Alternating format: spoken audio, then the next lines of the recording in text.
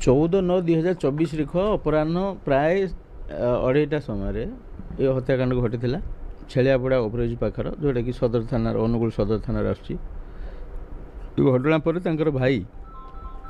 जे कि शिवशंकर भंज रिपोर्ट रे अनुगुल सदर थाना 520 नंबर केस गोटे मर्डर केस रजिस्ट्रेशन हो तदंत होता। ये जो मर्डर केस रे मृतक होती आपणकर भवानी शंकर भंज आलियास बुबू भंज बोली कहती बयस 27 वर्ष बापा ना संतोष कुमार भंज छेलियापड़ार से ये घटनार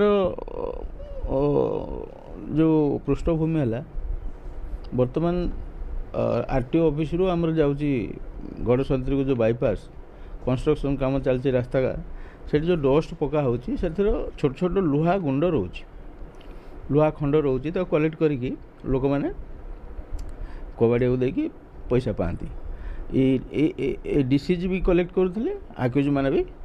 कलेक्ट करते एवं कबाड़िया आमर जो गड़संतरी स्क्रैप डीलर अच्छी मिथिलेश गुप्ता बोली दौले ये किसी दिन है डिसीज बंद कर देते दबा बद होता से संक्रांत जो घटना दिन 14 तारिख दिन ये मिथिलेश गुप्ता बुझाणा डकई बुबू भंज को आक्यूज मैंने बसिक गाड़ी कथबार्ता हो जुक्तितर्क है जहाँफल जुक्तितर्क जो आक्यूज काठी आलियास इमानुएल नायक प्रथमे से जो पिकअप बोलर पिकअप गाड़ी ऊपर जो लगेज रखा से जो फाइबर काढ़ी बाड़े थे सबसिक्वेंटली जड़े आउ जड़े आक्यूज CICL अच्छा सी गोटे चापड़ आक्रमण करते भी सहयोगी मैंने मिसिकी चापड़ से ब्रिज पाखार जो हाणिबा दृष्टि से स्पॉटर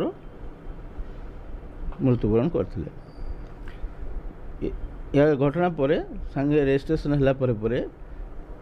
आमर DI साहब को निर्देश क्रमे स्क्वाड विथ सदर पुलिस स्टेशन मिलित भाव में 3टा टीम करी आमर एडिशनल SP सत्यजित मिश्र सार को गाइडेंस रे आक्यूज को एप्रेहेंड करने भितर 3 जन आम 2 जन आक्यूज को एप्रेहेंड करचु जड़े CICL भी अच्छा आक्यूज 2 जन हेले इमानुएल नायक काठी आउ जन हेले लालकृष्ण आडभनी जार बयस 20 वर्ष आउ CICL जन भी ये 3 जन को एप्रेहेंड कराई तदंत चलती मुख्य तो समस्त अच्छा आहरी 4-5 जन आक्यूज अच्छा टीम कार्य लगी बहुत शीघ्र से